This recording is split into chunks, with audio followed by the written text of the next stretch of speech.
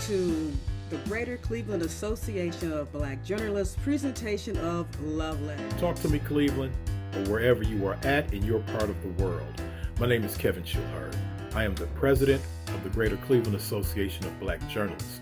The mission of the GCLABJ is to serve and strengthen the community by honestly reflecting the past, accurately reporting the present with perspective, and providing support, inspiration, fellowship, and opportunities to journalists of color. In the words of our immediate past president and current ambassador, Mr. Harry Boomer, no one can tell our story better than we can. How'd I do on that, Harry? I'd like to officially welcome you to our fundraiser for our 2025 National Convention, which will be held in the great city of Cleveland, Ohio. If you'd like to find out more about the organization or how to further donate, you can contact us on our website at www.gcleabj.org. I'd like to officially welcome you to this production of A.R. Gurney's Pulitzer Award-nominated play, Love Letters. I'm especially excited that this production will be starring two of our executive board members, our treasurer, the lovely and talented Miss Sandra Bishop, and our member at large, the iconic Mr. Leon Bibb. Without further ado, I'd like to say welcome, thank you for your support, and to Leon and Sandra, break a leg. Not really, not virtually. Anyway, you know what I'm saying. All right, guys, have fun.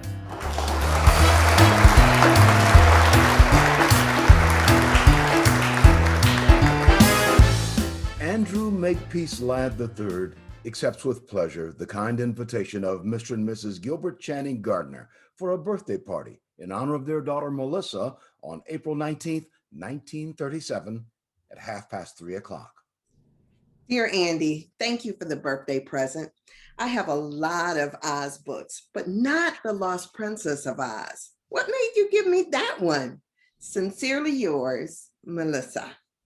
I'm answering your letter about the book. When you came into second grade with that stuck-up nurse, you looked like a lost princess. I don't believe what you wrote. I think my mother told you to buy that book. I like the pictures more than the words. Now let's stop writing letters. I will make my L's taller than my D's. And I will close up my A's and my O's. I will try to make longer P's. Pass it on. You're funny. Will you be my Valentine?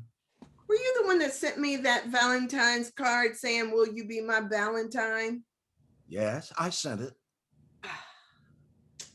Then I will be, unless I have to kiss you.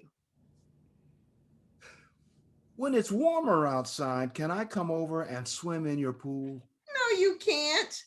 I have a new nurse named Mrs. Ratchet, and she thinks you'll give me the heebie-jeebies. Will you help me go down and get the milk and cookies during recess? I will if you don't ask me to marry you again. I will not write personal notes in I will not write personal notes in class. I will not write personal notes in class. Merry Christmas and Happy New Year. Love, Andy Ladd. I made this card myself. It's not Santa Claus. It's a kangaroo jumping over a glass of orange juice. Do you like it? I like you. My mother says I have to apologize in writing. I apologize for sneaking into the girls' bathhouse while you were changing in your bathing suit. Tell Miss Hawthorne I apologize to her too. Here's a picture I drew of you and me without our bathing suits on. Guess which one is you? Don't show anyone. I love you. Here's a picture of Miss Hawthorne without her bathing suit on. And you can't draw very well, can you?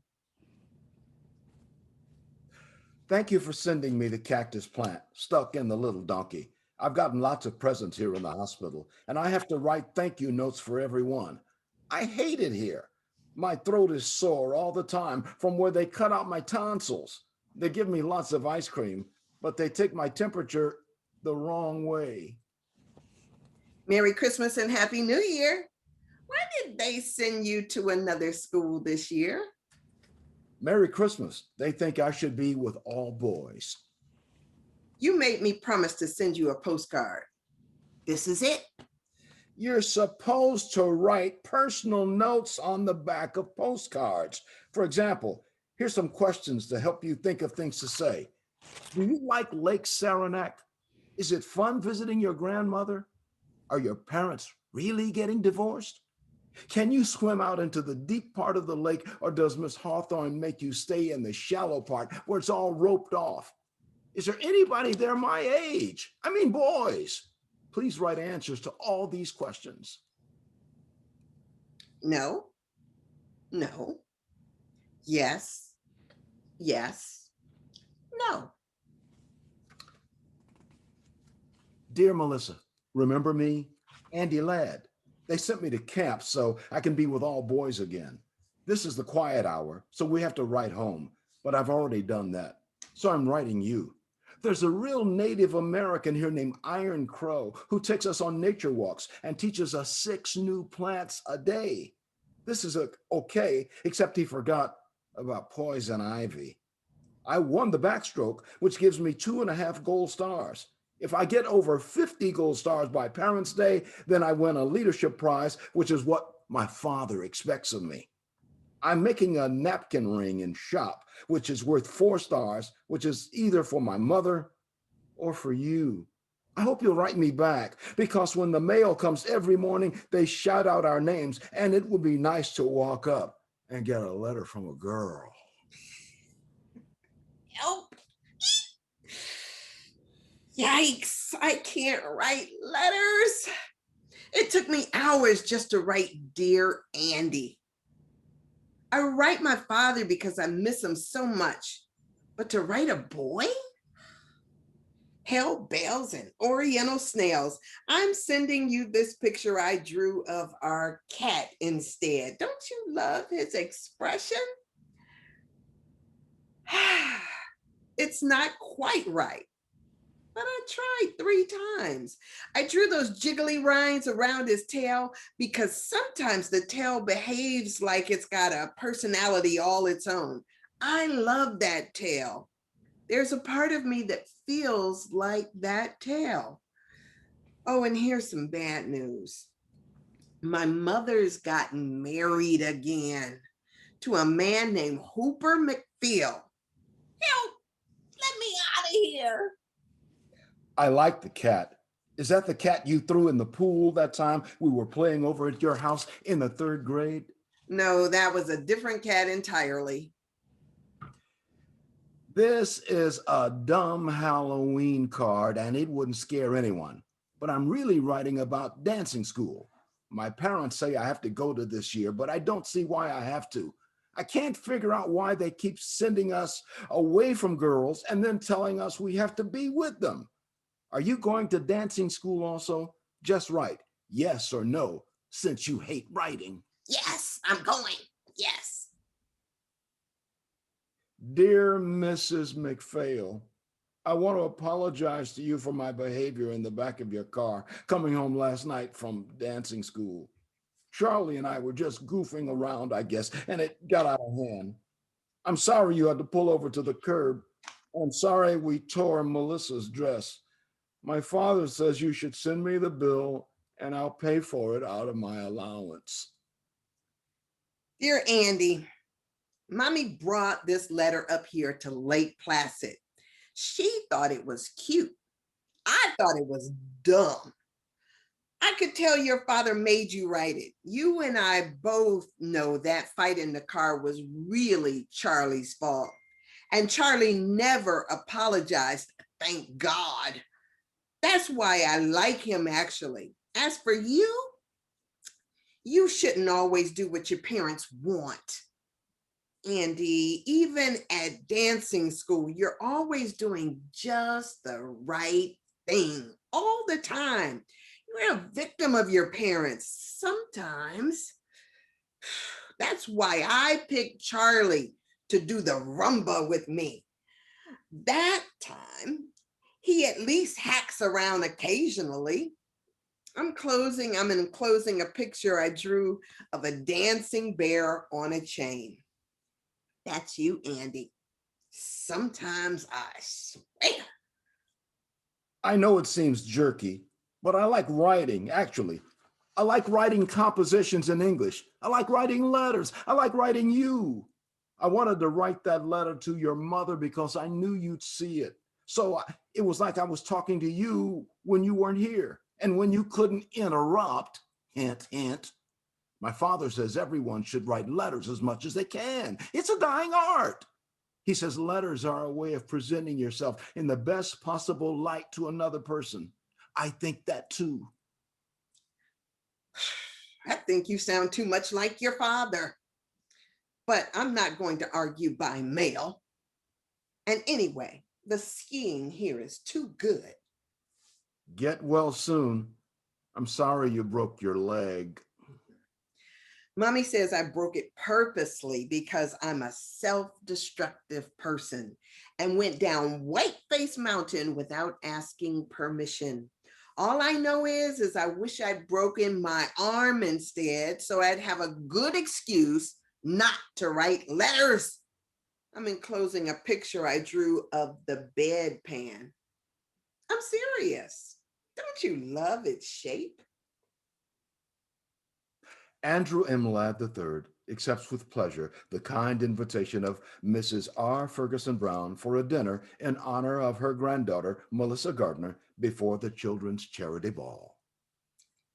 I'm writing this letter because I'm scared if I called you up, I'd start crying right on the telephone. I'm really mad at you, Andy. Don't you know that when you're invited to a dinner before a dance, you're supposed to dance with the person giving it at least twice? And I don't mean my grandmother either. That's why they give dinner parties, so people get danced with. I noticed you dance with Jenny Walters, but you never dance with me, not once.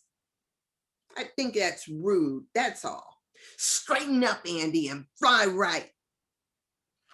Now, how do you expect to get anywhere in life when you're rude to women? Nuts on you, Andy, nuts on you, and twice on Sunday. I didn't dance with you because I got a stretched groin. And if you don't know what that means, look it up sometimes. I was going to tell you in person, but I got embarrassed. I stretched it playing hockey last week.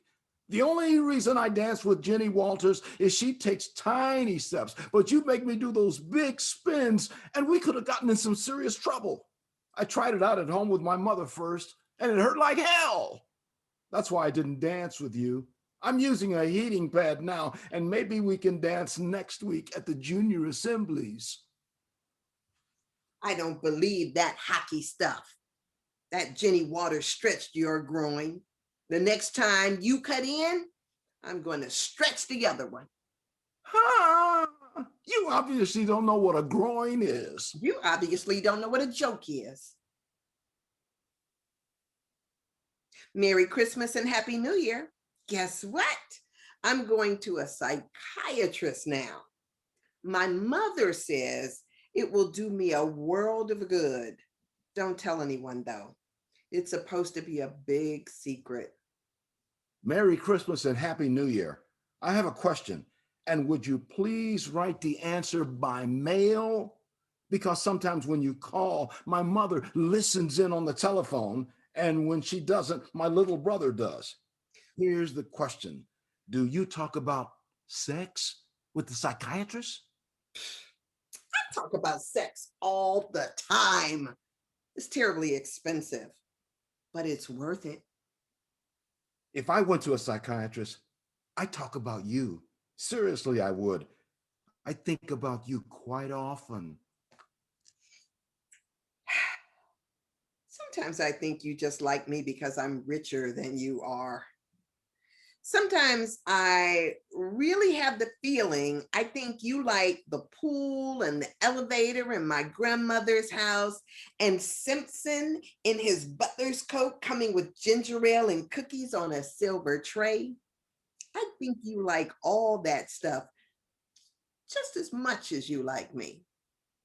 All I know is my mother keeps saying you'd make a good match. She says if I ever married you, I'd be set up for life. But I think really it's just physical attraction. That's why I like going into the elevator with you at your grandmother's that time. Want to try it again? Help! Let me out of here. They shipped me off to a nunnery in the middle of absolute end of the world. We have to wear these stupid knitty blouses and learn posture in the gym and speak French out loud in class. Et moi, mon chevalier. Oh, God, it's crappy here. All the girls squeal and shriek, and you can hear them barfing up in the bathroom after their evening meal. We can only go to Hartford one day a week if we can find a chaperone. And there's only 2 dances with boys a year. And if we're caught drinking even beer, it's wham, bam, and on the train, ma'am, home, which is worse. Can you come visit? On Sundays in the afternoons, boys can visit between 4 and 6. There are these old biddies sitting around keeping watch, but if the weather is good, we can walk up and down the driveway. Before I have to sign in for prayer, they've made me room with a fat, spoiled Cuban bat who has 9 pairs of shoes, and all she does is lie on the bed and listen to Finian's Rainbow. How are things in Glockamora? Who gives a shit how things are in Glockamora? It's here where we're miserable. The walls in this cell are like a puke green, and you can't put anything on the walls except pictures of your parents and the school banners. Who wants family pictures anyway? What family? Am I supposed to sit and look at pictures of Hooper McPhail?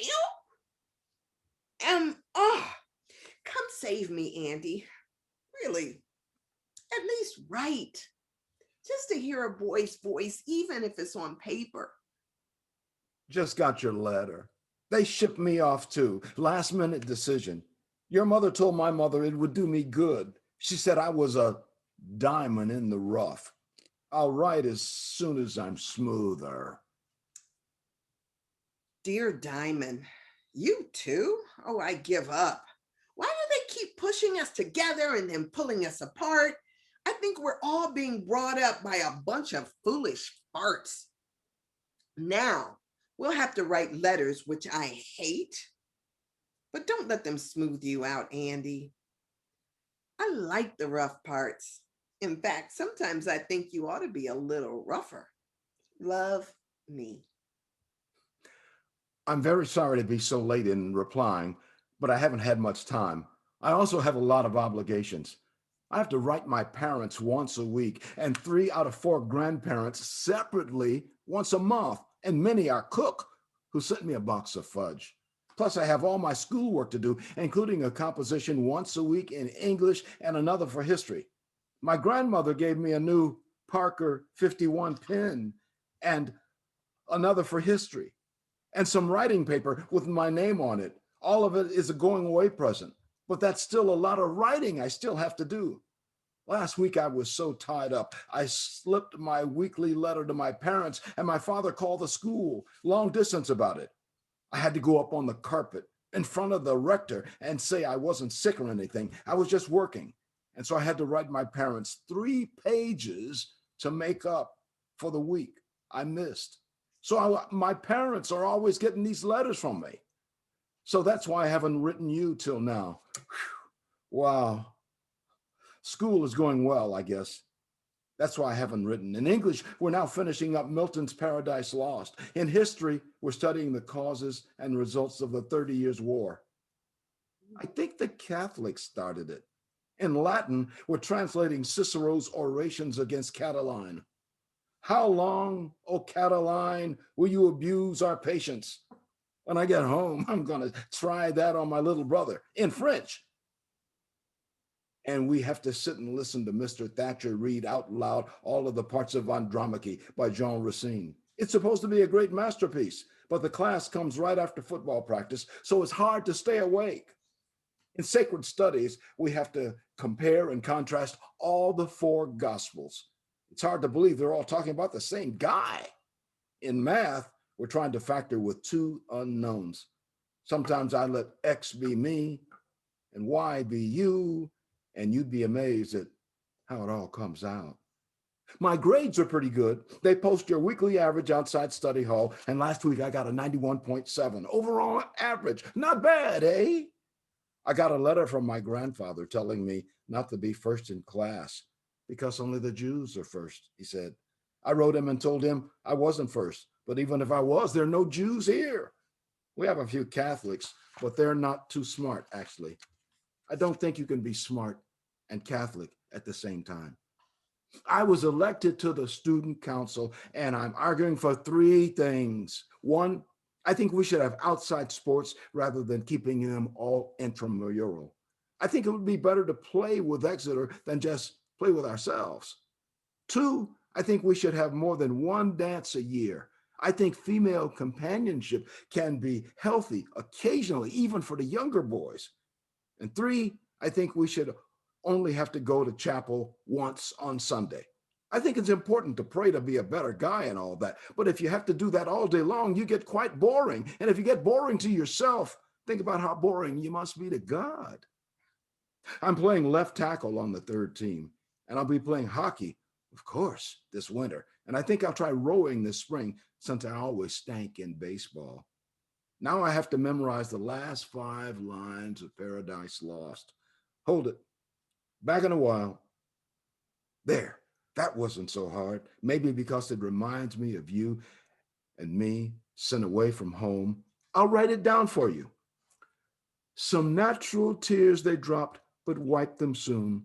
The world was all before them, where to choose, their place of rest, and Providence their guide.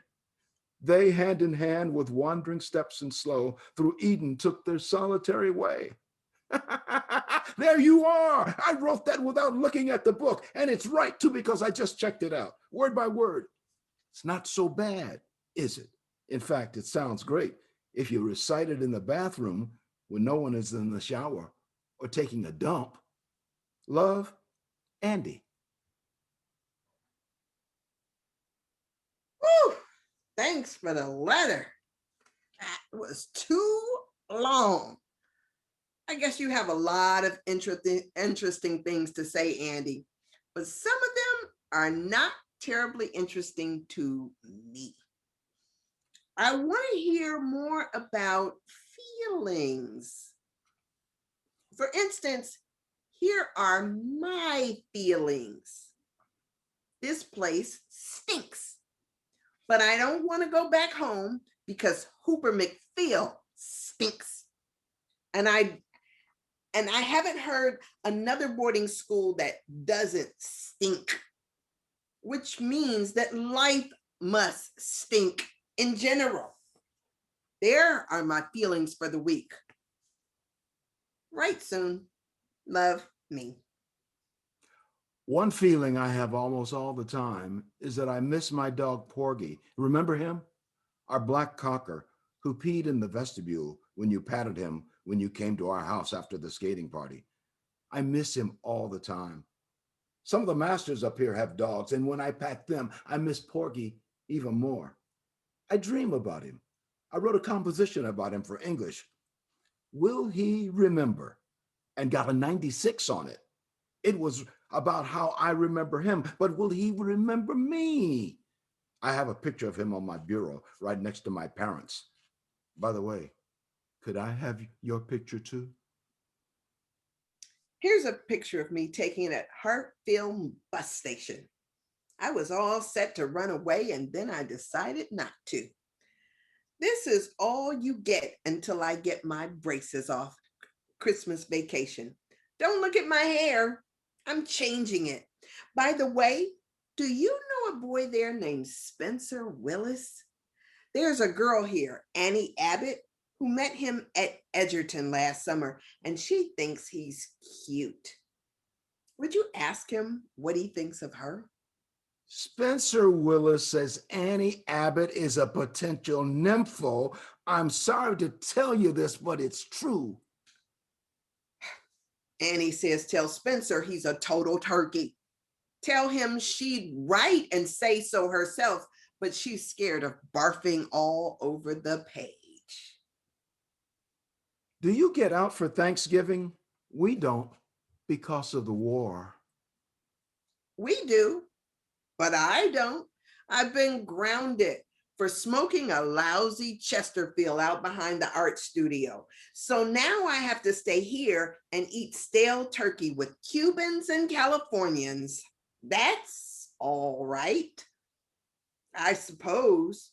I was supposed to meet Mummy in New York, but it looks like she can't be there anyway because she's going to Reno to divorce Hooper McPhail.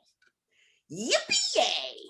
He was a jerk and a peel, and he used to bother me in bed, too, if you must know. I like seeing you Christmas vacation with your braces off. I really liked necking with you in Watson's rumpus room. Will you go steady with me? I don't believe in going steady. It's against my religion.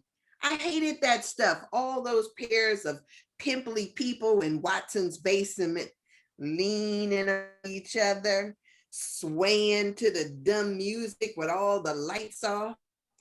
If that's going steady, I say screw it. My mother says you should meet as many boys as you can before you have to settle down and marry. Can we at least go to the movies during spring vacation?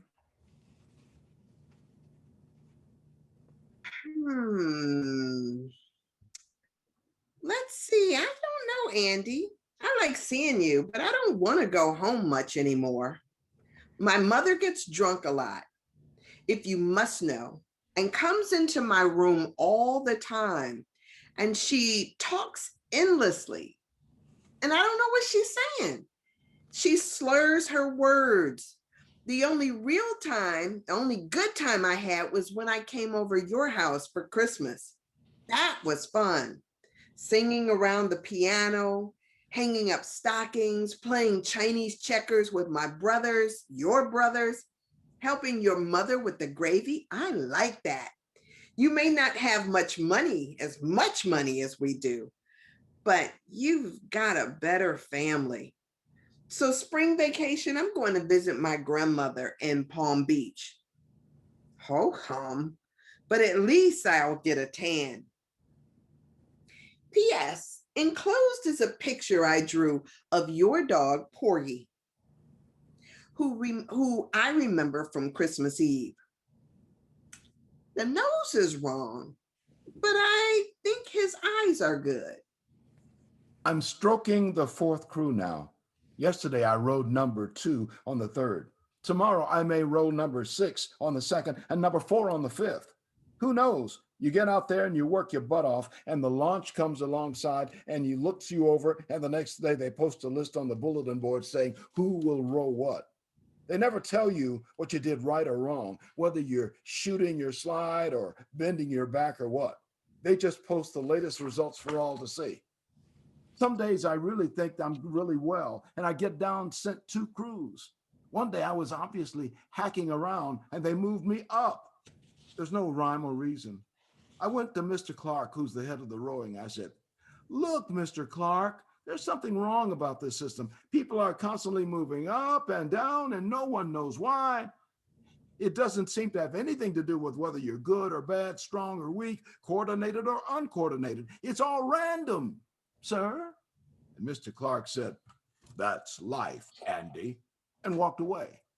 Well, maybe that's life, but it doesn't have to be life. You could easily make rules which made sense. So the good ones moved up and the bad ones moved down, and people knew what was going on. I'm serious. I'm thinking about going to law school later on. Your last letter was all too long and all about rowing. Do you know a boy there named Steve Scully? I met him down in Florida, and he said he went to your school and was on the first crew. He said he was the fastest rower in the boat. Is that true? Or was he lying? I think he may be lying. Steve Scully was lying. He doesn't even row. And if he did and rowed faster than anyone else in the boat, he'd mess the whole thing up. He said he got to second base with you. Is that true? Steve Scully is a lying son of a biscuit eater. And you can tell him I said so. Will you be around this summer? I think I've got a summer job caddying, so no more camp, thank God. I'll be visiting my father in California. I haven't seen him in 4 years. He has a new wife, and I have 2 half sisters. It's going to be like finding a whole new family. I hope. I hope. Do you like California? Write me about California. How's your second family? Did you get my letters? I checked with your mother and I had the correct address. How come you haven't answered me all summer? Back to school now. Hope everything's okay with you. Did you get my letters out in California? Or did you have a wicked stepmother who confiscated them? I don't want to talk about California ever. For a while, I thought I had 2 families, but now I know I really don't have any. You're very lucky, Andy. You don't know it, but you are. But maybe I'm lucky too, in another way. I was talking to Mrs. Watson, who comes in from Hartford to teach us art. She says I have a real talent in both drawing and in painting. And she's going to try me out in pottery as well. She says some afternoon, she's going to take me just by myself to her studio in Hartford. And we'll do life drawings of her lover in his jockstrap. Don't laugh. Don't laugh. She says art and sex are sort of the same thing. Dear Melissa, I have 4 questions, so please concentrate. 1, will you come up to the midwinter dance? 2, if you can arrive on the 11:22 Friday night train. And 3, does the rector's wife have to write your head mistress telling her where you will be staying? And 4, does the rector's wife also have to write your mother? The answer is yes, except for my mother. She won't care.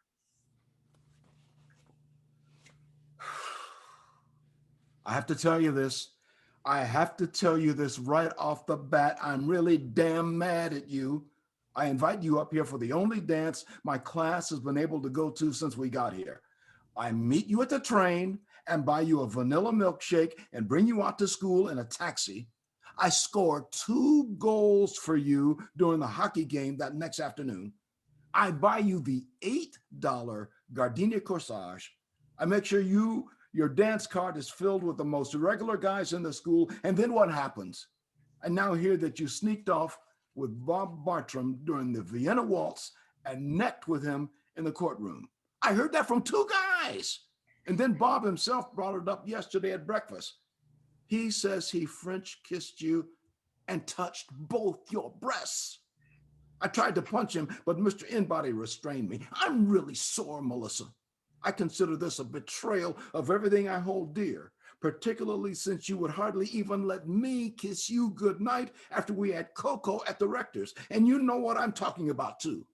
So don't expect any more letters from me or any telephone calls either during spring vacation. Sincerely yours.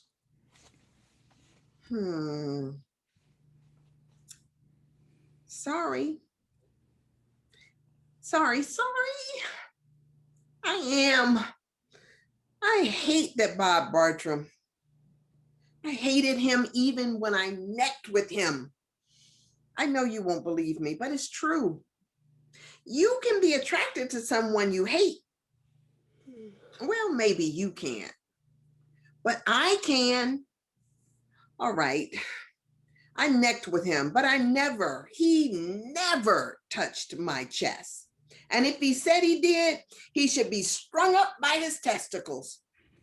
You tell him that from me at breakfast. Anyway, I got carried away, Andy, and I'm a stupid witch. And I'm sorry. I felt so guilty about it that I didn't want to kiss you after the cocoa.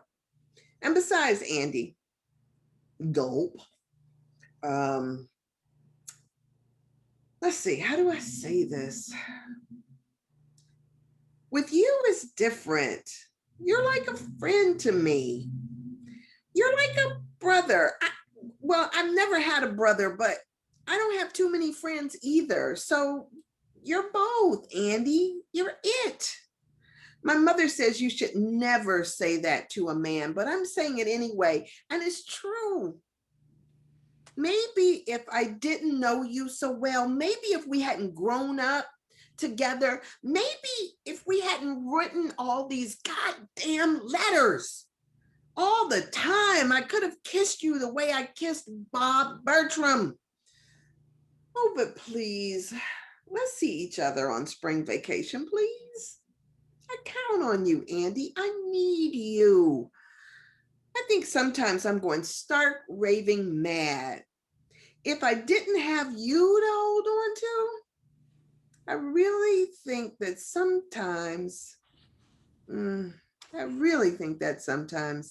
I just go stark raving mad. Much love, me. Happy Easter. I know no one sends Easter cards except maids, but here's mine anyway. Drawn with my own hot little hands.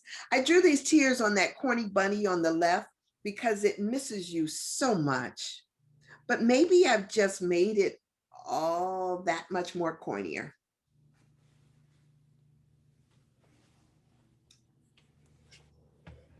Greetings from Palm Beach. Decided to visit grandmother.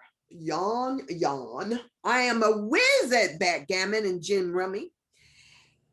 Here you took Gretchen LaSalle to Quo Vadis and sat in the loges and put your arms around her and smoked. Naughty, naughty. Back at school, but not for long, that's for sure. Caught nipping gin in the woods with Bubbles Harriman. Have to pack my trunk by tonight and be out tomorrow. Mummy's frantically searching up and down the eastern seaboard for another school. Miss Wadsworth, my art teacher, thinks I should chuck it all and go to Italy and study art. What do you think? Oh, please write, Andy. Please. I need your advice. Or are you just too busy thinking about that Gretchen LaSalle? To answer your question about Italy, I think you're too young to go. My mother says she had a roommate once who went to Italy in the summer, and the Italians pinched her all the time on the rear end. Mother said she became thoroughly overstimulated. So I think you'd better go to another school, graduate, go to college, and maybe after that, when you're more mature, you could go to Italy. That's my advice, for what it's worth, which is probably not much the way things are going between you and me.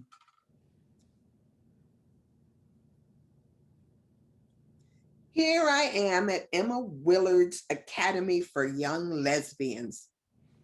Help, let me out of here. Plus, such change. Plus, c'est la same shit. Are you coming straight home this June? Because I am. I want to see you. Or are you still in love with Gretchen LaSalle? For your information, I'm not taking Gretchen LaSalle's out anymore. I brought her home after the Penny's party, and my father caught us on the couch. He told me that he didn't care what kind of girls I took out as long as I didn't bring them around my mother, even though my mother was up in bed. Still, I guess Gretchen can be embarrassing to older people. I hope to see you in June then. Can't come home in June. Sorry, I have to go and be a counselor at the school camp for poor kids from the urban slums. I'm vice president of my class now, and I'm supposed to set an example of social responsibility all through July. I'll be writing you letters, though, and I hope you'll write me. I don't want to write no letters. Letters all the time. I really don't. I want to see you. You just need more confidence in your letter writing ability. Sometimes you maintain a very vivid style.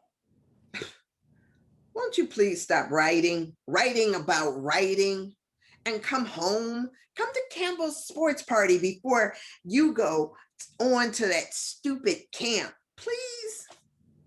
I behave better when you're around. In person, please. Greetings from New Hampshire. This card shows the town we're near, where we sneak in and buy beer. We're cleaning up the place now and putting out the boat docks and caulking the canoes because the kids arrive tomorrow. Gotta go right soon. Miss you.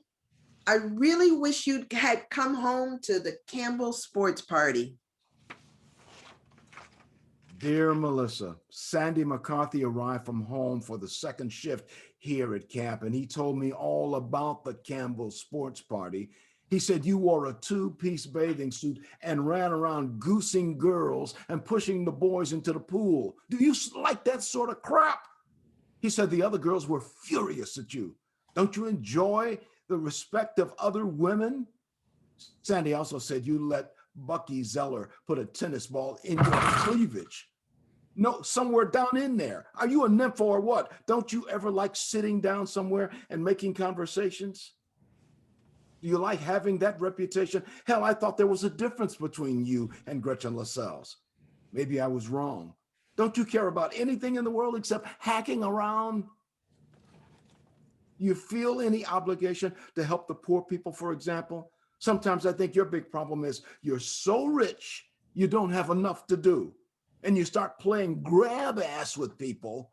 I'm sorry to say these things, but what Sandy told me made me slightly disgusted, frankly.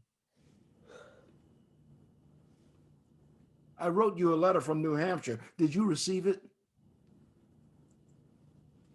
Are you there, or are you visiting your grandmother, or what?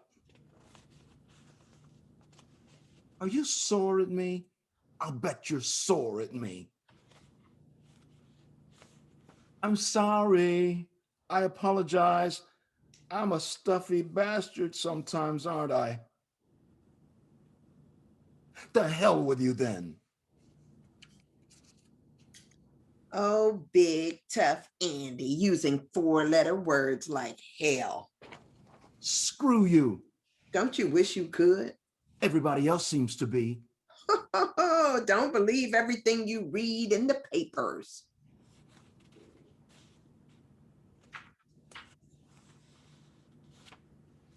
Dear Andrew Makepeace Ladd the third. The turd. I just want you to know you hurt me very much. I just want you to know that. Now, let's just leave each other alone for a while, all right? All right. Dear Melissa, my mother wrote me that your grandmother had died. Please accept my deepest sympathies. Thank you for your note about my grandmother. I loved her a lot, even though she could be a little boring. Congratulations on getting into Briarcliff. I hear it's great. Thank you for the note about Briarcliff. It's not great, and you know it. In fact, it's a total pit. But it's close to New York, and I can take the train in and take drawing at the Institute 3 days a week. And in 2 years, if I stick it out, Mommy promised I can go live in Florence. Hope you like Yale. Would you consider coming to the Yale Dartmouth game Saturday, October 28th?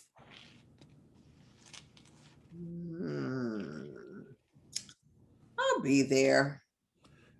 Oh, damn. I'm sorry, Melissa. I have to cancel. My parents have decided to visit that weekend, and they come first, according to them.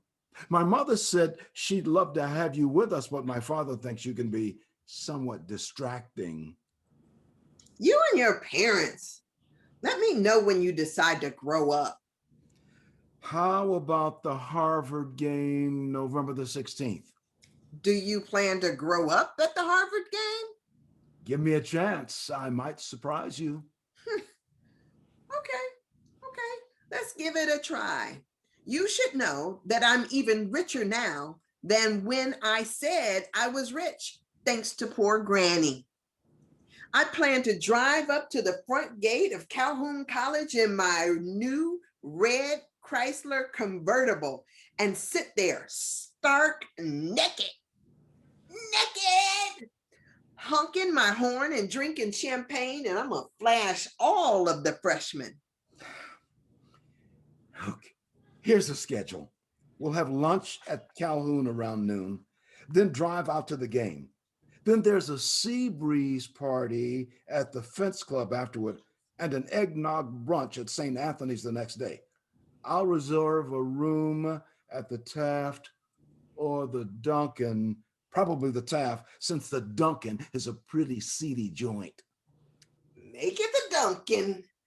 I hear the Taft is loaded with parents all milling around the lobby, keeping tabs on who goes up in the elevator. Can't wait for the 16th. The Duncan it is. Hubba, hubba, hubba. Goodyear rubber.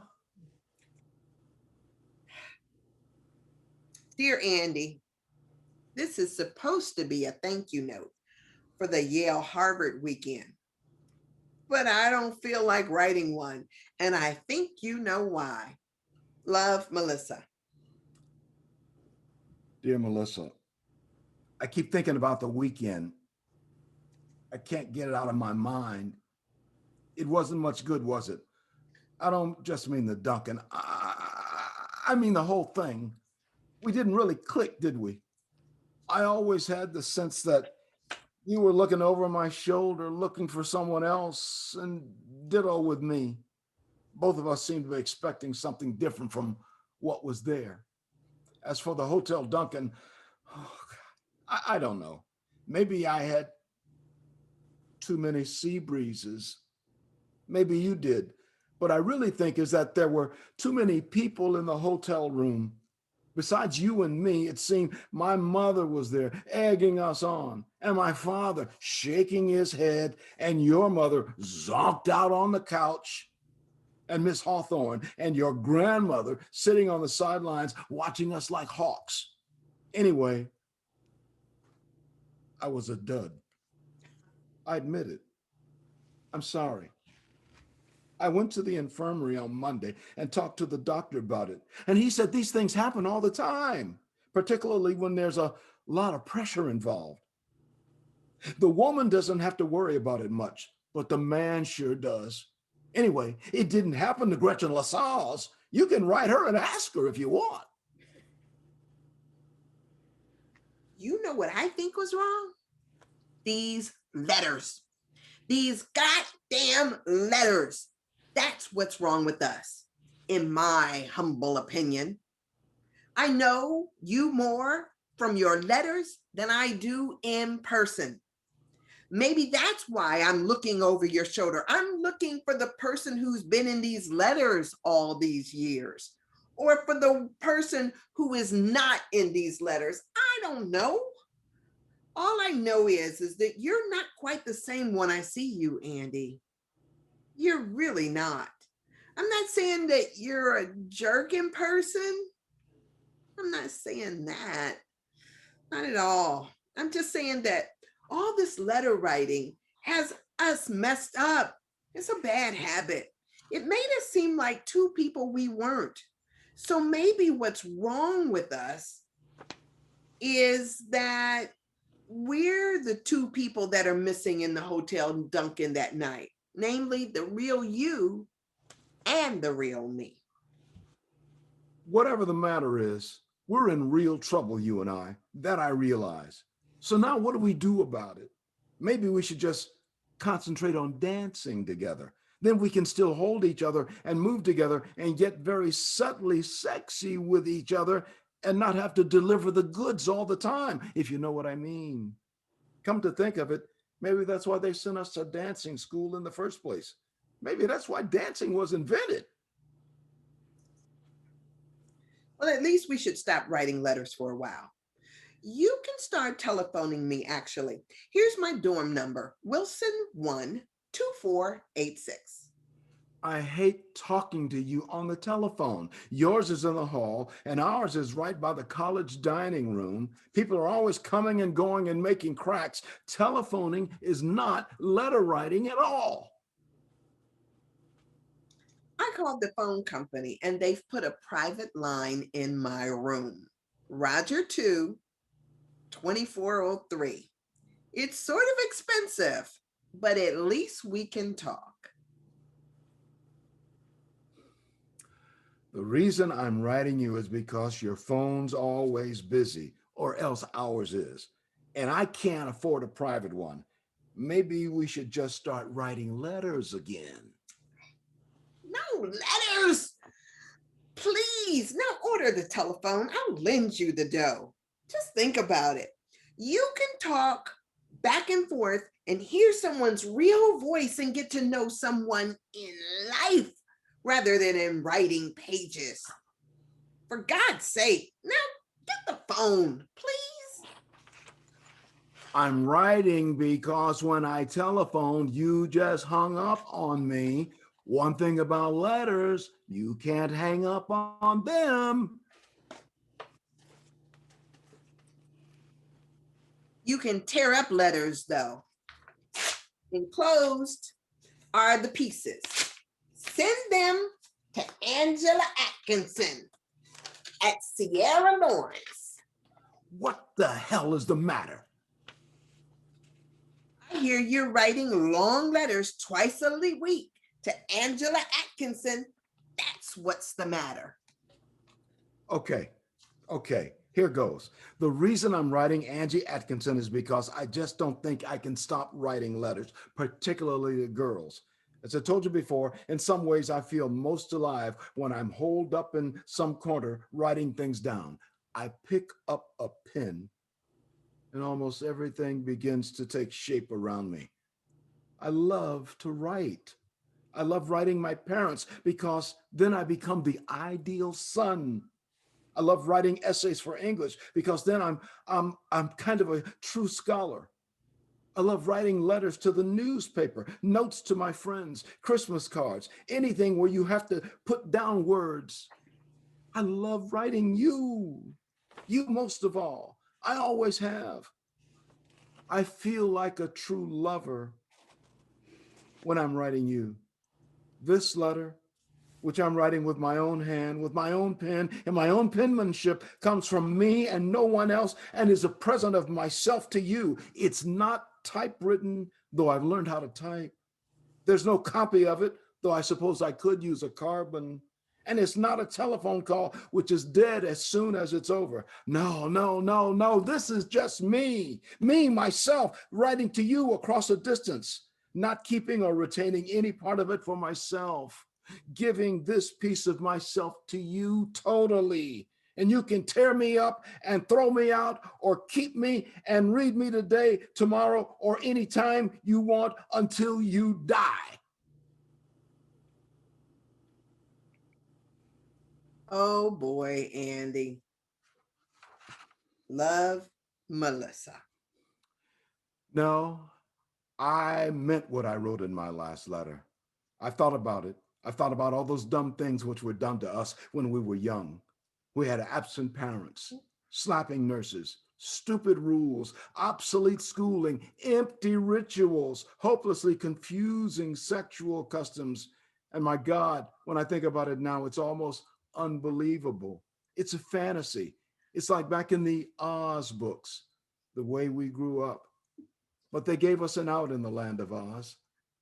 They made us right. They didn't make us write particularly well, and they didn't give us unimportant things to write about, but they did make us sit down and organize our thoughts and convey those thoughts on paper as we could to another person. Thank God for that. That saved us, or at least saved me. So I have to keep writing letters. If I can't write them to you, I have to write them to someone else. I don't think I could ever stop writing completely. Now, can I come up and see you next weekend?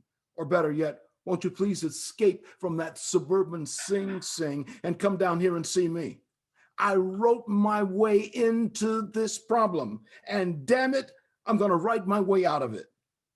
I'll make another reservation at the Hotel Duncan, and I promise to put down my pen and give you a better time. Dear Andy, guess what? Right while I was in the middle of reading your letter, Jack Duffield called from Amherst and asked me out for the weekend. So I said yes before I got to where you asked me. Sorry, sweetie, but it looks like the telephone wins again. Dear Melissa, somehow I don't think this is the end, but I don't really think it is. At least, I hope it isn't. Love, Andy.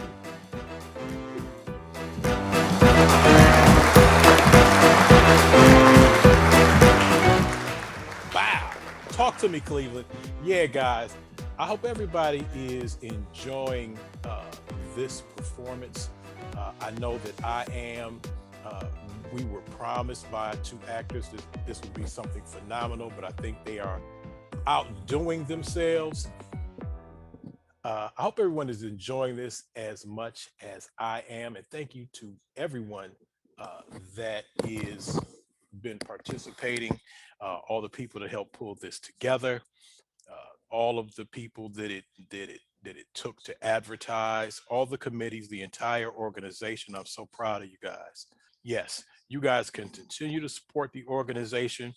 We're working hard for Black journalists, advocating for the community, and just getting a good perspective. And like you heard me say earlier, no one can tell our story better than we can. And I did borrow that from Harry Boomer.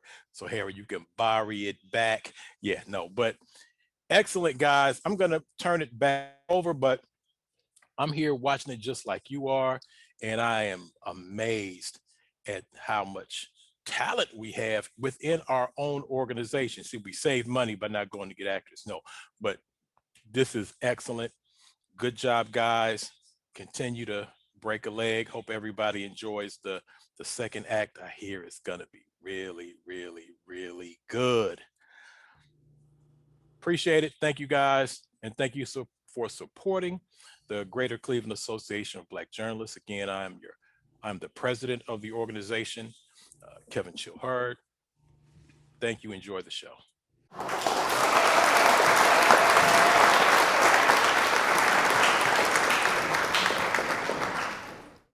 Hey, look at where I am. I'm in Florence. Oops, I mean Firenze. I love it. What are you doing in Florence? What am I doing? I'm painting, among other things. Good luck on the painting. Go slow on the other things. Merry Christmas. Bon Natal. Happy birthday. Mother wrote you won an art prize in Perugia. She said it was a big deal. Congratulations. Well, congratulations on making Skull and Key, whatever that is. Merry Christmas from the land of Oz. Feliz Navidad, Costa del Sol. Happy birthday from the Sterling Library.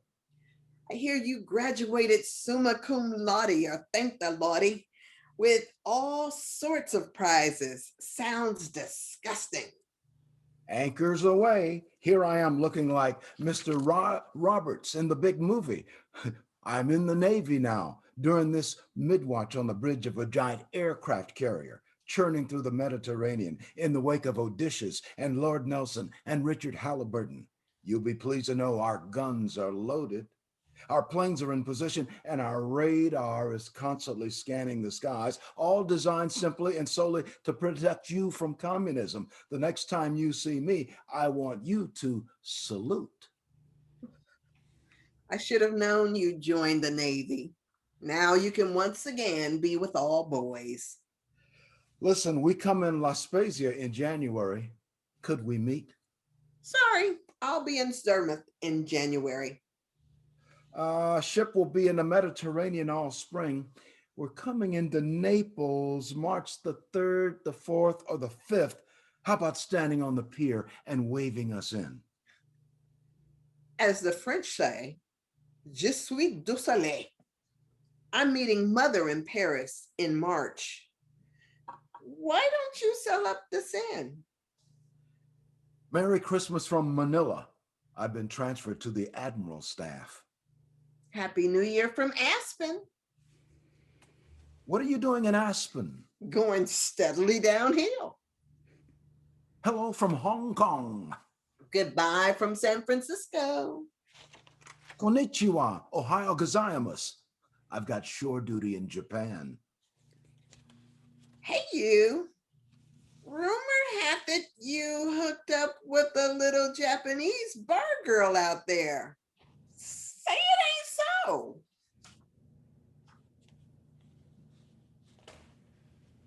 Mother wrote that you're living with some Japanese geisha girl and your family is all upset. Is that true? Did you get my letter? You're so far away. Your Navy address is so peculiar. I'm not sure I'm reaching you. I hear you're seriously involved with a lovely Japanese lady. Would you write? I'd love to hear about her. Merry Christmas and Happy New Year. I thought you might appreciate this card. It's a print by the 19th century artist Hiroshige. It's called Two Lovers Meeting on a Bridge in the Rain. Love, Andy. Hey, you sly dog, are you getting subtle in your old age? Are you trying to tell me something? If so, tell me more. I told my psychiatrist about the great love affair you're having in Japan. I said I felt suddenly terribly jealous. He said that most American men have to get involved with an exotic woman before they can connect with a gorgeous goddess they really love. He brought up James Fenimore Cooper and Faulkner and John Ford movies and went on and on. Is that true? Write me what you think. I'm dying to hear from you. Did you get my last letter? I hope I didn't sound flip. Actually, I've just become involved with someone too. His name is Darwin, and he works on Wall Street, and he believes in survival of the fittest. I'd love to hear from you.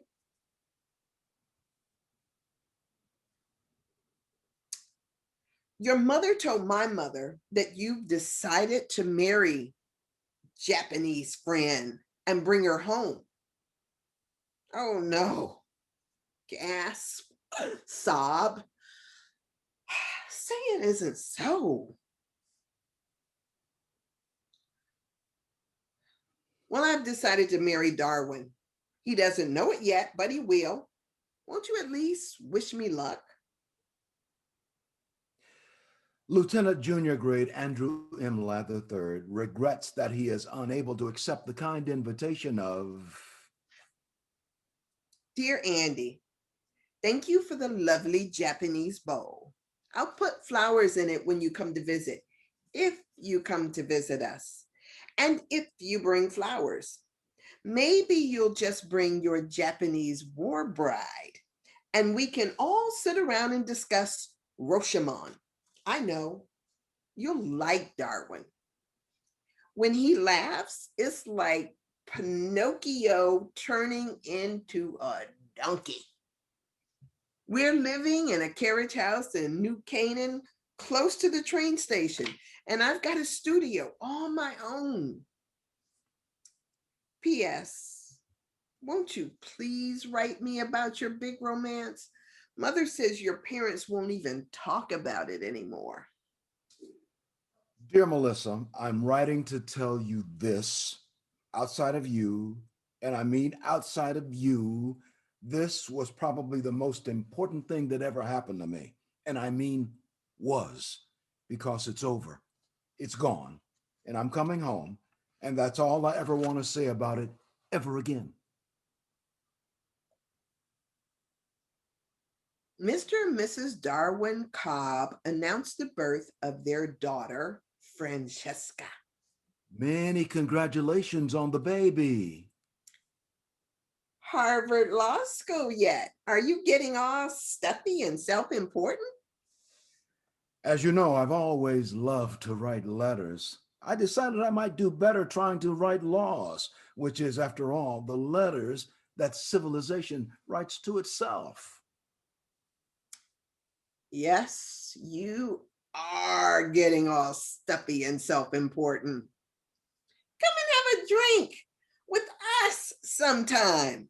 We're right on the way to New York, and sooner or later, everybody comes to New York. Read the New York Times account of your show in Stamford. Sounds like you're causing a series of seismic shocks up and down the Merritt Parkway. Don't joke about my work. There's more than what they say in the goddamn Bible, the New York Times. Enclosed, see what other critics say. Notice they think I'm good, and I am too, or could be, if I could only stay focused. Sorry, sorry. I know you're good. I've always known it. I hear you made law review, whatever that means. I assume you review laws.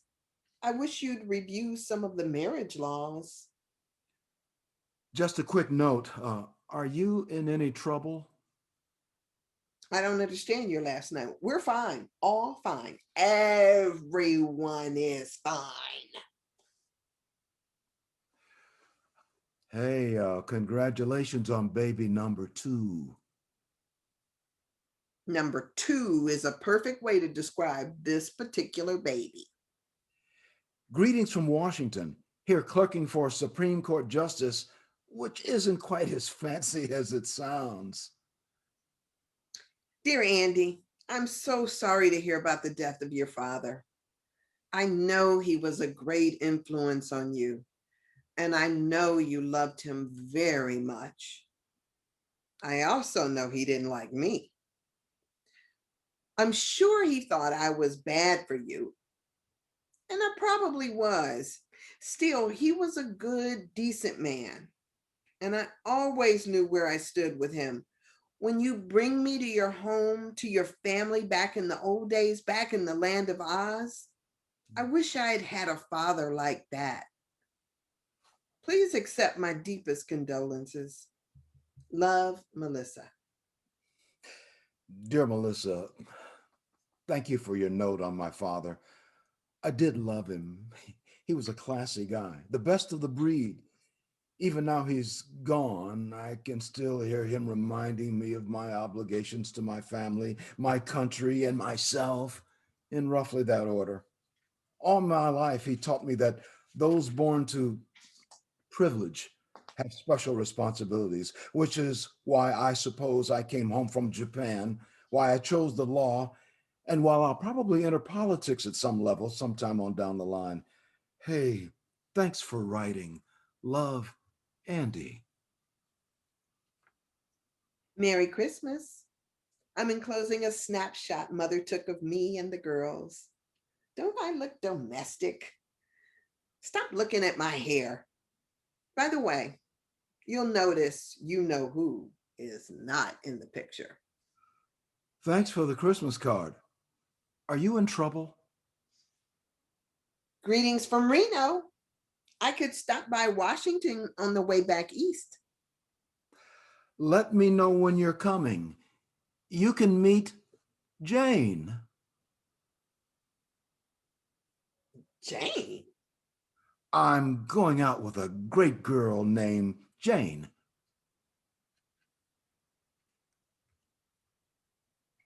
Melissa Gardner Cobb regrets that she will be unable to accept the kind invitation of. Dear Melissa, I had to add my 2 cents worth to Jane's thank you note for the wedding present. Guess who is jealously peeking over my shoulder to make sure this isn't a love letter? First of all, thanks for the present, whatever it was. I'm told a tray, a hand painted tray, hand painted by you, I'll bet. Anyway, thank you. I hope all goes well with you as it does with us. We'll be moving to New York in the fall. I've got a job with one of those high powered law firms. It'll probably be stuffy as hell for a while, but I'll learn the ropes. Besides, it's in my home state and might be a good jumping off place for something political a little way down the line. We both want you to come to dinner once we've settled in. And don't say you never come to New York. Sooner or later, everyone comes to New York, as someone once wrote me long, long ago. Merry Christmas from us to you. Where are you these days? Happy birthday. See, even a married man never forgets. Get well soon. Mother wrote that you had some difficulty. I hope it's not serious, and by now you're feeling fine. I can't remember exactly what 1 dozen red roses are supposed to say, but here they are, and I hope they say, cheer up. Hey, I sent you some flowers a while back. Did you receive them? Are you all right?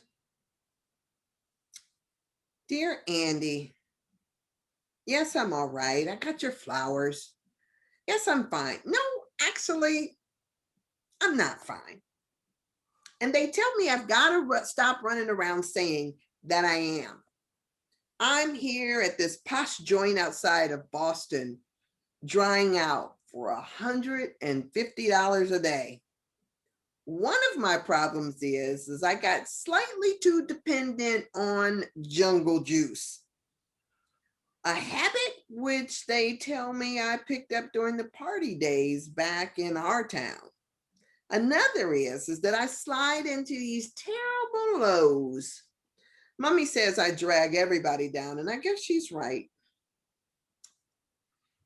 Anyway, the result is that my ex has taken over custody of the girls, and I'm holed up here, popping tranquilizers, talking my head off in single and group psychiatric therapy sessions, and probably turning into the biggest bore in the greater Boston area.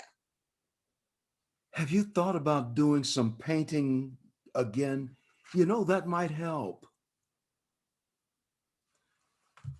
Did you get my note about taking up art? You were good, and you know it. You should keep it up. I did get your note. I have taken it up, and it helps. Really, thank you. Thank you. I'm channeling my rage, enlarging my vision, all of that. I hope it all goes well with you. And wait. hold up. It's coming to me. I'm looking it up in the little book. Oh, Jane. I hope all is well with you and Jane. Merry Christmas from Andy and Jane Ladd and Andrew the Fourth. And guess the name of the dog. Porgy. You got it. Merry Christmas from San Antonio. I'm trying the Southwest. I can see the most incredible shapes from my bedroom window. And there's also a pretty incredible shape now sleeping in my bed. Season's greetings from the Ladd family. Mother wrote you were planning on getting married again. I did. Now it's over. Donna Rhodes and McAllister announced the appointment to partnership of Mr. Andrew M. Ladd III. Dear Andy, now you're such a hotshot lawyer. Could you help me get my children back? Darwin hardly lets me near them, and when he does, they behave as if I had a contagious disease. I wasn't much of a mother, but maybe I could improve if I just had legal responsibility. Better stay out of this one. Our past connections, conflict of interest. Hello from Egypt. I'm trying to start again in the cradle of civilization. Christmas greetings from the Ladds. Andy, Jane, Drew, Nicholas, and Ted, and of course, Porgy. I'm thinking of moving to Los Angeles. Do you know anyone in Los Angeles? Does anyone know anyone in Los Angeles? Joy to the world from all the Ladds. Note our new address. Merry Christmas. Hey, you, what's going on? Just when I decided to move to New York, I see you scampered off to the suburbs. I find the suburbs generally safer. Chicken. Mother wrote that you won some important election for the Republicans. I'm terribly disappointed. I love all politicians, but Democrats, they're better in bed. Melissa, I'm a liberal Republican with a strong commitment to women's rights. Doesn't that count? That depends on the position. Paintings and drawings by Melissa Gardner, the Hastings Gallery, 422 Broadway, March 18th through April 30th. Opening reception, March 20th, 6 to 8 p.m. Note, I've gone back to my maiden name. That's a laugh. Got your announcement for your new show. Good luck. P.S. I'd love to have one of your paintings. We could use a little excitement on our living room walls around here. Seriously, what would one cost? Come to the show and find out. Never made your show. Sorry, things came up. Chicken again. You're right. Actually, it's just as well. I'm going through what the critics call an anarchistic something phase. They say I'm dancing on the edge of the abyss. You'd better stay away. I may take you with me if I fall. Dear friends, Jane tells me it's about time I took a crack at the annual Christmas letter. So here goes. At the top with our quarterback, Jane herself, who never ceases to amaze us all. Not only has she continued to be a superb mother to our three sons, but she's also managed to commute into the city and hold down a part-time job in the gift shop at the Metropolitan Museum of Art. Furthermore, she is now well on her way to completing a full-fledged master's degree in arts administration at SUNY Purchase. More power to Jane, so say we all. We're also proud of all three boys. You know, young Drew was soccer captain at Exeter last fall and hopes to go on to Yale. Nicholas, our rebel in residence, has become a computer genius in high school and has already received several tantalizing offers for summer jobs from local electronics firms. You know, we all know it's tougher to find a place for our youngsters in meaningful summer employment than to get them into Harvard. So we're very proud of how far Nick has come. Ted, our last but in no way our least, now plays the clarinet in the school band at Dickinson Country Day. Since Jane and I are barely capable of singing "You Are My Sunshine" without going disastrously flat, when we hear him produce his dulcet tunes, we look at each other in a wild surmise. We recently bought the family summer place from my brother and sister and hope to spend as much time as we can there gardening, relaxing, and as the boys say, generally vegging out. Jane and I have become killers on the tennis court and hereby challenge all comers. If any of our friends are in the Adirondack area this summer, we expect telephone calls, we expect visits, we expect elaborate house presents. You know, I've enjoyed very much serving in the state legislature. We've proposed and written a number of bills and won some and lost some. But all my life, I had the wish to do something in the way of public service, and it's been a great pleasure to put that wish into practice. For those of my friends who've urged me to seek higher office, let me simply say that I have more than enough challenges right here where I am. Jane and the boys join me in wishing each and all of you a happy holiday season.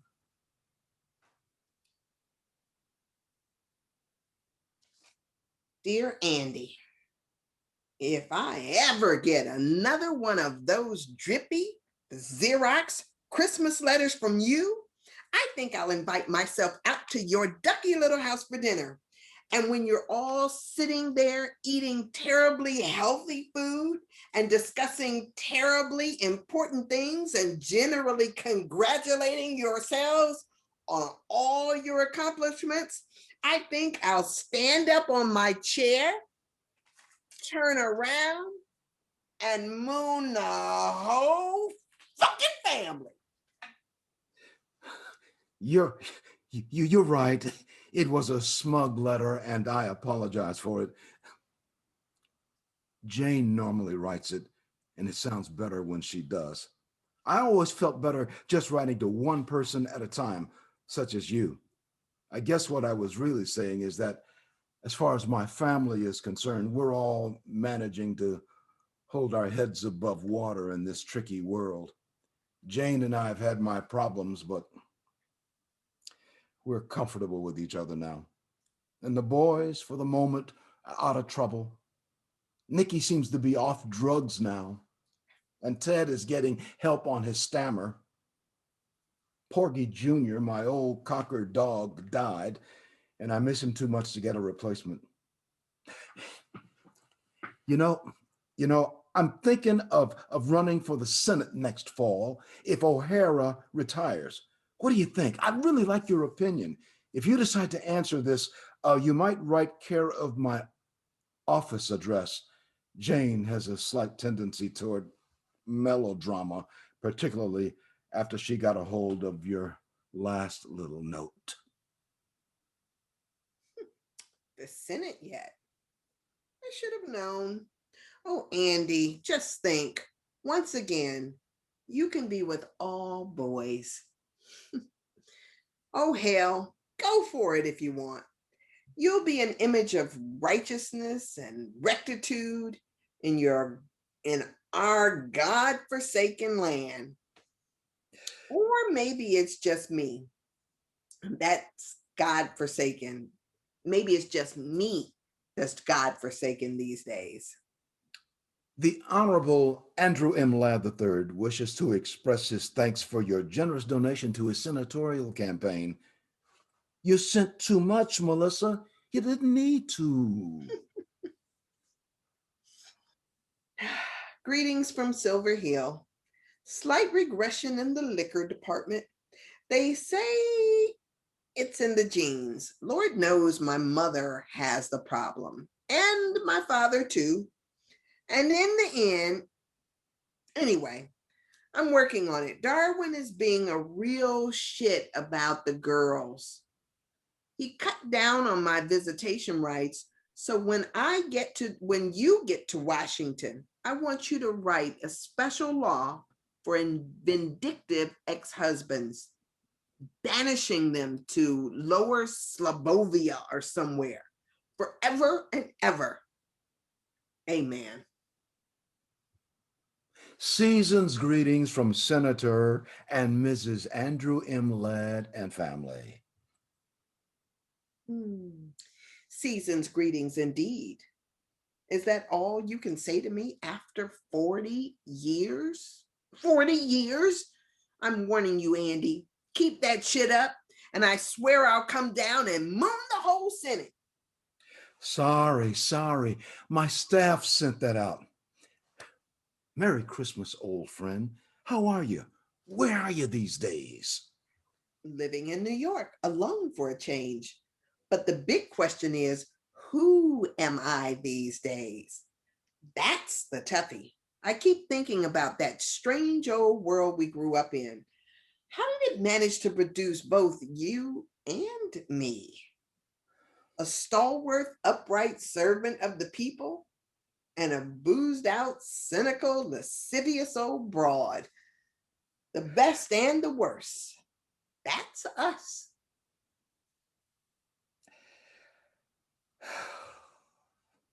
Don't be so tough on yourself. Get back to your work. Get back to your art.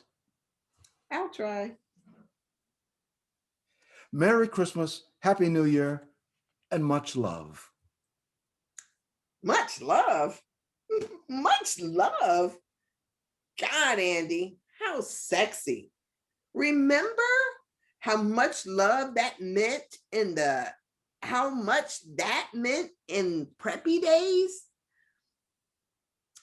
If it was just love, you were out in the cold. If it was all my love, you were hemmed in for life. But much love meant that things could go either way. Remember? Merry Christmas and love from us all. I saw you on 60 Minutes. You looked fabulous. And that was a great little pep talk on the Senate on our responsibilities to Latin America.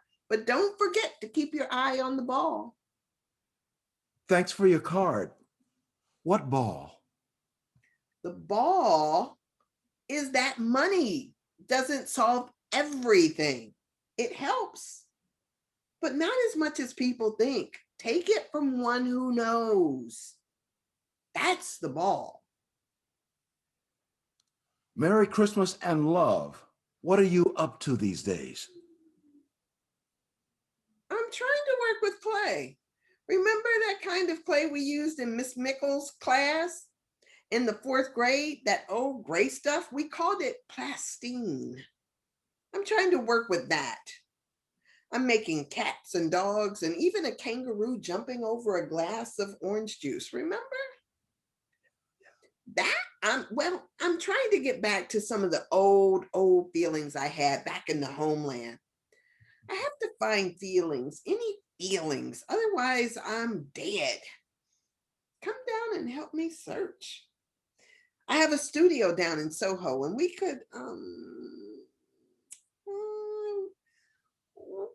at least have dinner and talk. Mother got married again at the age of 82 to my father's brother yet. So now we have to call her Mrs. Gardner again, just like the old days. The wheel seems to keep coming around full circle.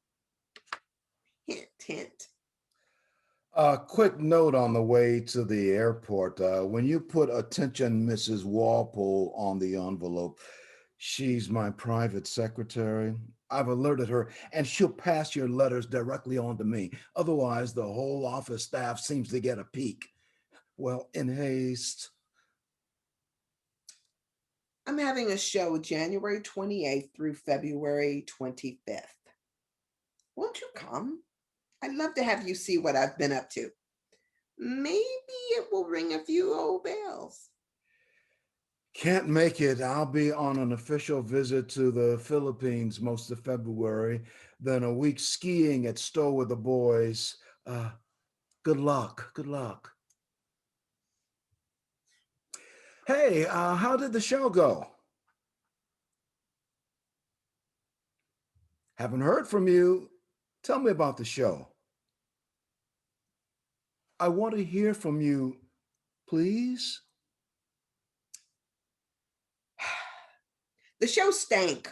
The crowd hated it. The critics hated it. I hated it. It was a nostalgic shit. You can't go home again. And you can quote me on that. I'm turning into photography now. Realism, that's my bag. The present tense. Look at the modern world squarely in the face and don't blink. Oh, Andy, couldn't I see you? You're all I have left. I'll be in New York next Tuesday, the 19th. Have to make a fundraising speech at a dinner. I could stop by your place afterwards. I'll be there all evening. Red roses. This time I think I know what they mean. All I know is that after last night, I want to see you again. Any chance of any fundraisers coming up in the near future? You're probably going to ask me. Mrs. Whirlpool, are you there? Are you delivering the mail? I'm sorry I've taken so long to reply. I've been upstate mending a few fences, and then to Zurich for a 3-day economic conference, and then a weekend with Jane mending a few fences there. Darling, I'll have to ask you not to telephone the office. Every call has to be logged in, and most of them screened by these overeager college interns who rush back to Cambridge or New Haven to announce to their classmates in political science that Senator Ladd is shacking up on the side. The phones simply aren't secure. At long last, the letter beats out the telephone, my love. And guess what? I'm riding with my old Parker 51 my grandmother gave me when I went away to school. I found it in the back of my bureau drawer with my scroll and key pen and my Lieutenant J.G. bars from the Navy and the Zippo lighter somebody gave me at a dance. The pen didn't even work at first. I had to clean it out and then traipse all over Washington looking for a store which still sells a bottle of ink. Anyway, feels good holding this thing again. It feels like I want to write you again. Longhand, forming my D's and T's, the way Miss Emerson taught us so long ago. I know you've never liked writing letters, but now you have to. As for business, I plan to come through New York next Wednesday, and I'll call you from the airport. And if there's time, to stop by. Sweetheart, I loved seeing you. Come again. We'll be stopping through a week from next. Did you ever dream we'd be so good at sex? Two uptight old colored folks going at it like a sale at Brooks Brothers. I figured 50 years went into last night. Hey, let's go for 100. Oh God, come again sooner. I'm Sooner. making plans. I have to go to San Francisco to visit the girls. Couldn't we meet somewhere on the way? I don't see how we can possibly go public. In some country inn, some deliciously seedy motel? I don't see how. See you more than just for a few hours? Price we have to pay. I'm getting so I think about nothing but how we can I'm not sure I can change my whole life so radically. Other politicians have gotten divorced. Rockefeller, Reagan. Jane, the children, my particular constituency. You've become the center of my life. If you left, I don't think I could. Because of the coming election, I don't see how we can. Dear Andy, a reporter called from the Daily News. What do I do about it? Nothing. I suppose you know all this, but there's a crack about us in the Newsweek. And Mother heard some radio talk show where they actually name names. What should I do? Go away? What? Nothing. They called Darwin. They tracked him down. And the son of a biscuit eater told them that we have been going at this for years. Wish it had been. Now they're telephoning. What do I say? Say we're good old friends. Friends are like, good are like, old. I got a problem with that. Then don't say anything. Hang up. This too shall pass. Will I be seeing you again? Better not for a while. I meant after the election. Better lie low for a while. I miss you terribly. Better lie low. I need you, Andy. You're my anchor man these days. Without you, I'm not sure I can. Just hold on. Just hold on. Where were you? I waited for 3 hours, hoping that you'd at least call. Please don't telephone. Mrs. Walpole was sick that day, and I haven't seen you in over a month. the coming election. Surely you can at least take time out to. If I want to be reelected, I need you. I need to be with you. I don't know if I can. the election. I haven't heard from you in 6 weeks, Andy. Are you trying to tell me something, Andy? Is this it, Andy? Congratulations on your landslide victory. Love, Melissa. Could we meet at your place next Sunday night? Oh, thank God. I mean, we have to talk, Melissa. Uh-oh. I'm scared of talk. In fact, I dread it.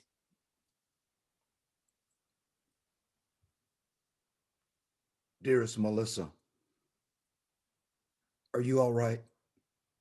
That was a heavy scene last Sunday, but I know I'm right. We got to go one way or the other, and the other leads nowhere.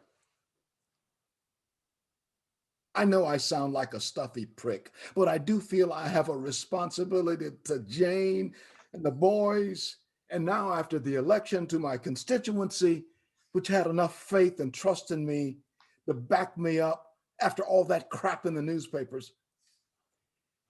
And it wouldn't work with us, darling. In the long run, it wouldn't work with us. We're too old.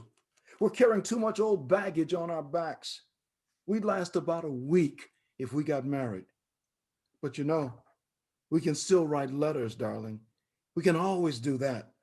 Letters are our strength and our salvation. Mrs. Walpole is still with us, and there's no reason we can't continue to keep in touch with each other in this wonderful, wonderful old way. I count on your letters, darling. I always have. And I hope you'll count on mine. Are you there? I keep putting please forward on the envelopes, but who knows? Now I've resorted to the telephone, but all I get is your damn machine. Please, I need to hear from you. Senator and Mrs. Andrew M. Ladd III and family send you warm holiday greetings and every good wish for the new year. Andy Ladd, is that you? Blow dried and custom tailored and jogging trim at 55? Hiding behind that lovely wife with her heels together and her hands folded discreetly over her snatch? And is that your new dog, Andy?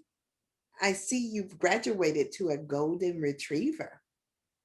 And are those your sons and heirs? And help, is that a grandchild nestled in someone's arms? God, Andy, you look like the Holy Family. Seasons, greetings, and happy holidays, and even Merry Christmas, Senator Ladd. We who are about to die, we salute you. Just read your note. What's this we who are about to die stuff? May I see you again? I want to see you again, if I may.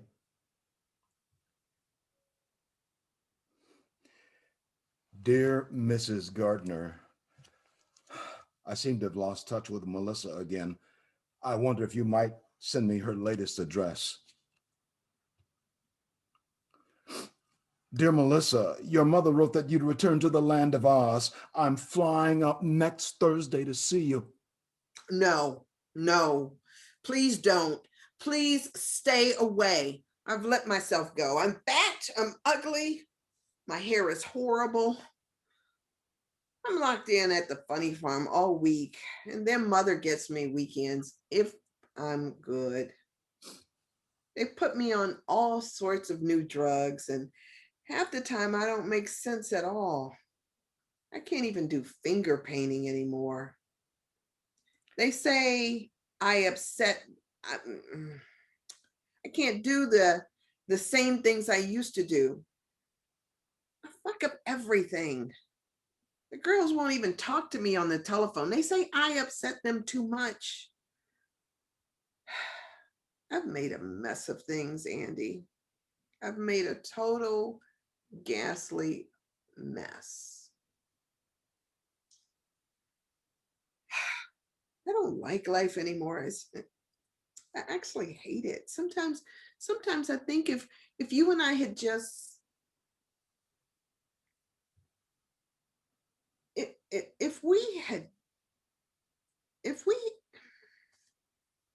I'll just stay away, Andy, please. Just stay. Arriving Saturday morning. We'll meet you at your mother's.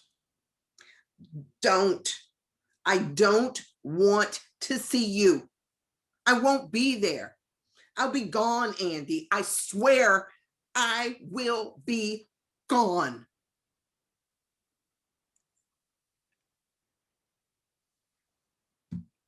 Dear Mrs. Gardner,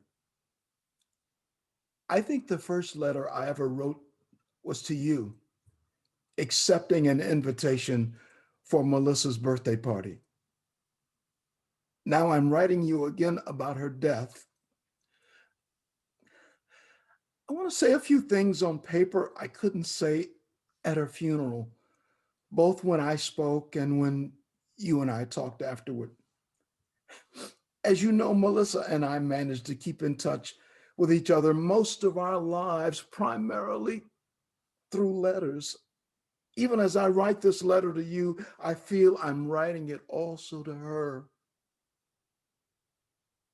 You're in your element now, Andy. We had a complicated relationship, she and I, all our lives. We went in different directions, but somehow over all those years, I think we managed to give something to each other. Melissa expressed all the dangerous and rebellious feelings I never dared admit to. Now he tells me. And I'd like to think I gave her some sense of balance. Balance. Oh, hell, I give up. Have it your way, Andy. Most of the things I did in life, I did with her partly in mind. If I said or did an inauthentic thing, I could almost hear her groaning over my shoulder. But now she's gone. I really don't know how I'll get along without her. You'll survive, Andy. I have a wonderful wife, fine children, and a place in the world I'm proud of. But this death of Melissa suddenly leaves a huge gap in my life. Oh, now, Andy. The thought of never again being able to write to her, to connect to her, to get some signal back from her fills me with an emptiness which is hard to describe. Now, Andy, stop. I don't think there are many men in the world who've had the benefit of such a friendship with such a woman, but it was more than a friendship. I know now that I loved her. I loved her even from the day I met her when she walked into second grade, looking like the lost Princess of Oz. Oh, Andy, please. I don't think I've ever loved anyone the way I loved her, and I know I never will again. She was at the heart of my life, and already I miss her desperately. I just wanted to say this to you and to her. Sincerely, Andy Ladd. Thank you, Andy.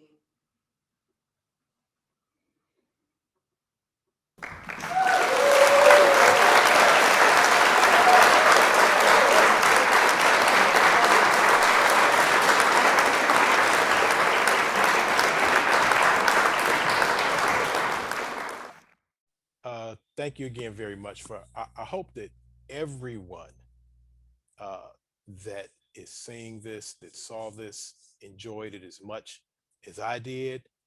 An incredible performance. Kudos to both of our actors, Leon Bibb, Sandra Bishop. Uh, you guys have some flowers coming. Excellent, excellent job. So, again, it took a lot of people to put this together. I hope everyone enjoyed it. Thank you for participating. For the people that made bids, thank you very much. All of this will be going towards our 2025 campaign for the National Association of Black Journalists National Convention to be held here in Cleveland, Ohio. So we are very proud of that fact. And again, I am just overcome. I didn't expect that this would be as powerful as it was. And I don't know if anybody else has anything to say, but again, just everybody that it took to put this together, particularly the fundraising committee and the digital committee, and everyone else that chipped in from the Greater Cleveland Association of Black Journalists. Thank you, thank you, thank you. Again, there's not enough I could say to our two participants, Leon, Sandra. Very, very powerful. You can find out all of the things that we'll be doing from our organization on our website at www.gcleabj.org. Continue to make donations, continue to support us. I don't know if we have anything to say from Rhonda Crowder, our fundraising chairman, or our two actors, but again, thank you guys. I just want to say thank you so much. This was a wonderful, absolutely amazing production. As Chill said, much more than I expected. Leon and Sandra was just brilliant in their performances tonight. I also want to say thank you to everyone who bid. I also want to thank our silent auction sponsors, who is Chef Eric Wells of Skylar Rays, Louis Burrell the third will wake up Call Media, Chateau Huff, The Candy Lady and Kids, Inspirations of Love, Daybreak Yoga, and our president who donated the Film Lovers collection. If anyone still want to get that item, I don't know, send us an email or something. Maybe we could work something out for that. But thank you so much. This has just really been a lot of hard work. Thank you to our committee, the fundraising committee, the love letters committee, the digital committee of our organization, for all the hard work that you guys put in, the long hours, the calls, just everything that we, had to come together to do to bring this production together. This is just the beginning of us for this year. We have a lot more events and activities planned. So please stay in touch. Follow us on social media so you can stay updated with the activities from the Greater Cleveland Association of Black Journalists. And I'll turn it over to our amazing actors, Leon Bibb and Sandra Bishop, for closing remarks. Oh.